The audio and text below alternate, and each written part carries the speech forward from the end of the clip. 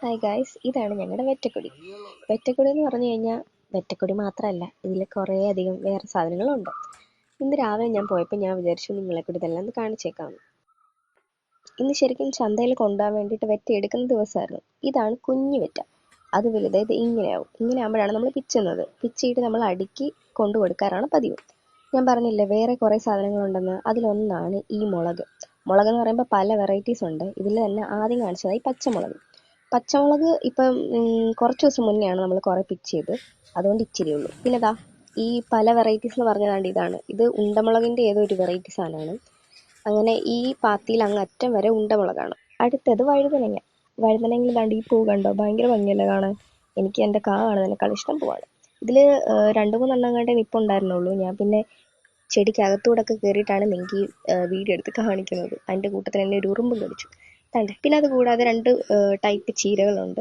ഒന്ന് ഇതും പിന്നെ ദാണ്ടി പച്ചയും. ഇപ്പം നമ്മൾ ചീര എടുത്തതേ ഉള്ളൂ, അതുകൊണ്ടാണ് 2 ഞാൻ കാണിച്ചത്. പിന്നെ കുറച്ച് പയറുണ്ട്. പയറിനകത്തെല്ലാം പൂ വന്ന് നിൽക്കുന്നേ ഉള്ളൂ. പിന്നെ നമുക്ക് ഡെയിലി മെഴുക്ക് പുരട്ടാൻ വേണ്ടിയിട്ടുള്ളതൊക്കെ കിട്ടാറുണ്ട്. പിന്നെ എൻ്റെ ഏറ്റവും ഫേവറേറ്റ് സാധനം, തിന്നാൻ അധികം ഇഷ്ടമല്ലെങ്കിലും കാണാൻ ഭയങ്കര ഇഷ്ടമാണ്, ഈ ഉണ്ടമുളക്.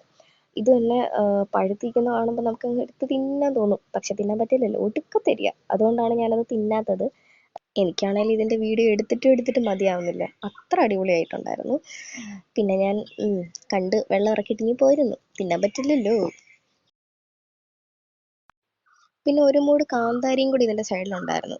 കാന്താരി ചെറുതല്ല, വലിയ ഒരെണ്ണമായിരുന്നു. പക്ഷെ അത് വാടിപ്പോയി. ഈ കാണുന്നത് പീനട്ട് ബട്ടർ ഫ്രൂട്ട് എന്ന് പറഞ്ഞൊരു സാധനമാണ്.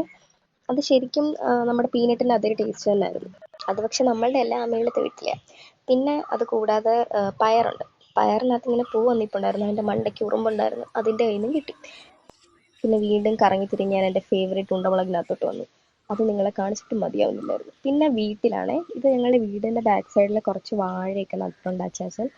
പിന്നെ ചീനി ഇവിടെ എല്ലാവരുടെയും ഫേവറേറ്റ് ആണ്. പിന്നെ ചീനി നട്ട് അതിനകത്ത് തന്നെ ഒരു ചെറിയൊരില വന്നിട്ടുണ്ട്. പിന്നെ അമ്മ അതിന് വേണ്ടിയിട്ട് ചുമ്മാ ചാരമൊക്കെ വാരിയിട്ടേക്കൊണ്ട്, ചുമ്മാ അല്ല കേട്ടോ, അതിന് വളം എന്തോ ഉണ്ട്. പിന്നെ ഇതെന്തായിരുന്നു, അതിൻ്റെ പേര് ഞാൻ പറഞ്ഞു. പിന്നെ കൊടിയുണ്ട്. താഴെ നിന്ന് കൊടിയിൽ ഒരെണ്ണം ഇവിടെ കൊണ്ട് ചുമ്മാ നട്ടതാണ്. പിന്നെ 2 വാഴ, 2-3 വാഴ. പിന്നെ ഇച്ചിരി ഇങ്ങോട്ട് സൈഡിലോട്ട് മാറി കുറേ പയർ വിത്ത് പാകിയിട്ടുണ്ടായിരുന്നു. അതെല്ലാം കിളിച്ചു. പിന്നെ അച്ചാച്ചൻ ഇന്നാണ് അതിന് പന്തലിട്ടത്. മറ്റേ കയറൊക്കെ വെച്ച് അതിന് കയറാൻ വേണ്ടിയിട്ടൊരു സെറ്റപ്പ് ഉണ്ടാക്കി വെച്ചിട്ടുണ്ട്.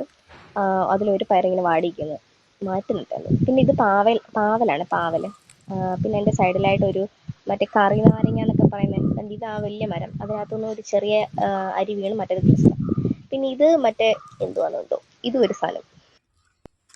ഐ തിങ്ക് ഇത് കുമ്പളങ്ങ ആവാനാണ് ചാൻസ്. പിന്നെ അതിൻ്റെ സൈഡിലായിട്ട് തന്നെ കുറേ മുളകും ചീരയൊക്കെ നട്ടിട്ടുണ്ടായിരുന്നു. പിന്നെ ചുമ്മാ അരി വീണ് കിളിച്ച 2-3 വെണ്ടയ്ക്കയുടെ തൈയും കൂടെ നിൽപ്പുണ്ടായിരുന്നു. അതിന് മാറ്റി നട്ടു. ഇത്രയും കാണിച്ച സ്ഥിതിക്ക് ഞങ്ങളുടെ മുറ്റത്തെ കണിക്കൊന്നയും കൂടെ കണ്ടിട്ട് പോകാം. എന്തായാലും വിഷയമൊക്കെ അല്ലേ. ബൈ.